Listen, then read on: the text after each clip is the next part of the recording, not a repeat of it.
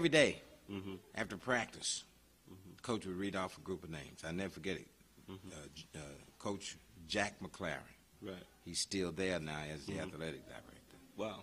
That's right. He's still there, and because I went back and joined the board of trustees. I heard about that. Yeah, that's another story. And he was still there. Yeah, he was still there. So you got to be careful. Right. That's Or how who you cut. treat people. That's right. Because what goes around comes around. That's right. You know? But anyway, he's a great guy. Right. He really is.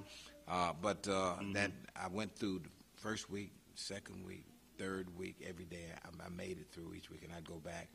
And I never forget it. I lived in Sampson Hall, and I'd pray to God that please don't let me get cut. Lord, I don't want to go back to the streets of Indian Town. I want to make it. I want to be an example for young men and women. I was the first African-American male student to leave Indian Town, Florida, and go off to college. And I didn't want to come back home a failure. I said, Lord, please don't let me get cut. I want to go to college. I want to get an education. I want to be somebody. Right. And because I'd worked in the sugarcane fields, I'd worked in the bean fields and the corn fields, 100-degree temperatures, insects biting, you know. And man, I just wanted a better life. I wanted to get my mom and my dad out of that, you know. Right. And here it is. I made it all the way through every week, every day. And the guys that told me said, well, if you make it past Friday, that's the end of the month. The new students come in the next day for orientation. That means you made the team. Wow. So I made 29 days I stayed there. I had to listen to that coach read from the clipboard. Right. Boy, I was thinking, Lord, God every day. Right. And on the last day, he called my name. The last day. Very last day, I'll never forget it. He called my name.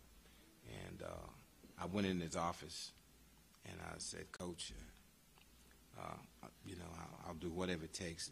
Don't send me home. Please don't send me home. You know, I'll be the water boy. You know, I know how to mop floors, and I can clean real good. I've done that kind of work.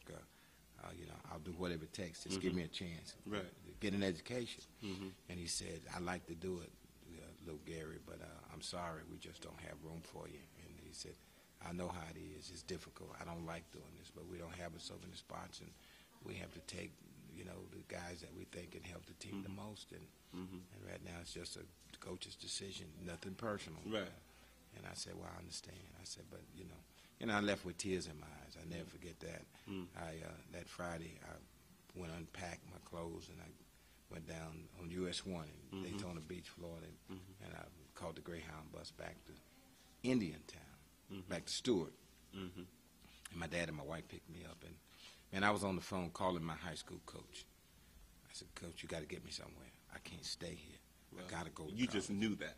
You knew you could not stay there. And, oh, Doc, it was in my blood, man. And he said, well, I'll tell you what. He said, I know a coach that just got hired up in North Carolina, Dennis Jefferson, and he used to play ball with me at Florida A&M. And, you know, the Florida A&M football players were just like a fraternity. They were real close. Oh, yeah. He said, well, he just got the head coaching job up there. He was a little guy at A&M, and he played quarterback, so maybe he'll understand, and he won't hold your size against you. Right. So go, and I'll call him and tell him you're coming. And he said, because, you know, they have a few weeks before school starts. And I went that Sunday afternoon, caught the Greyhound bus over here in Stewart, Florida. I never forget it. We didn't even have a bus station. Wow. Didn't have a bus station. I flagged down the Greyhound bus. Man, determined. Hey, I had to go, Doc. Right. And I had a little suitcase that was held together with a rope. I tied the rope around because the zipper was gone. And everything I had was in that little suitcase. Man. And I had about $15, and my daddy and my wife, she was my girlfriend then, Gloria, they put me on the bus, and I was off to North Carolina. First time out of the state, away from home on my own. Wow. But, Doc, I had to go. That's why I tell kids today, don't tell me that you can't make it. Right, that's right. Don't tell me, you know, because of the color of your skin or because, you know, your family background or what I don't care what it is. Right. You know, you just got to have a burning desire to do it. And if you have that, you know, It'll take you places where you never thought you could Oh go. yeah. You Oh know? yeah. But you just got to believe. Oh, you got to believe, man. You got to believe. I mean, and Shaw turned out to be a very good decision for you. Yeah, it was because I got there and you know I went through a thing at Shaw too because Right. they didn't know I was coming. Right. Yeah. You just. Coach had said he was coming. Right. He was gonna call, but he forgot to call. So I got there that next morning. They Yeah. said, "Where are you and who are you? You Right. got to get off this campus." Right. We don't know you. Man, I slept in the lobby of the dormitories on a sofa at night. It was cold in the Carolinas. I read about It that. was September Yeah. at night. And the coaches had told me I had to leave campus. I stayed. And some of the football players would sneak food out of the dormitory. Out of the cafeteria to the dormitory so I could eat. And I'd hide out so the coaches could, but I was going to stay there. Right. Finally, I got a chance. I'll never forget it. It was a Friday evening. I helped the trainer take the ice and the first aid kits down to the practice field. Player got hurt. Right. I took his equipment off the field, put it on, tried out for the team, Wow. and won a spot on the team. Wow. But I tell kids today, Doc, that I won more than a spot on the football team. That's the day that I won in life.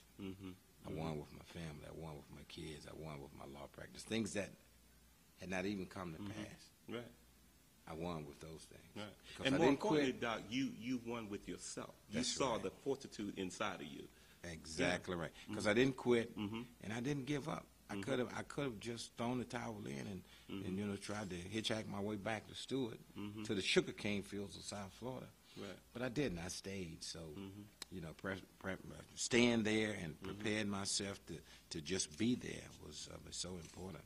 Yeah, that's a blessing, man. And every time I hear that story, Doc, I tell you, and I know the story well, but I wanted our viewers to hear it for the first time because that story inspires people. You know, when you came down to Tallahassee, man, people are still talking about you in Tallahassee. No, really, man. You set the stage, Yeah. though, man. You set the stage. You had some star-studded people there, but they were good people. Yeah, They just were down like to earth. common, down-to-earth people. No big eyes or big U's, but everybody there had talent. Everybody there in their own right were major achievers, and you brought all those people together, and together we were able to inspire some other people because everybody. I'm telling you.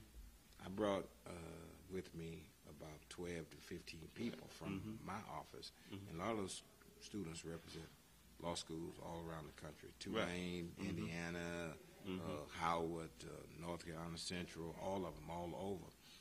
And they still talk about it. Wow, that's a blessing. That's the highlight. Right. That's the highlight Right. of their whole summer. Wow. Hey, Glow, we're taping down here, babe.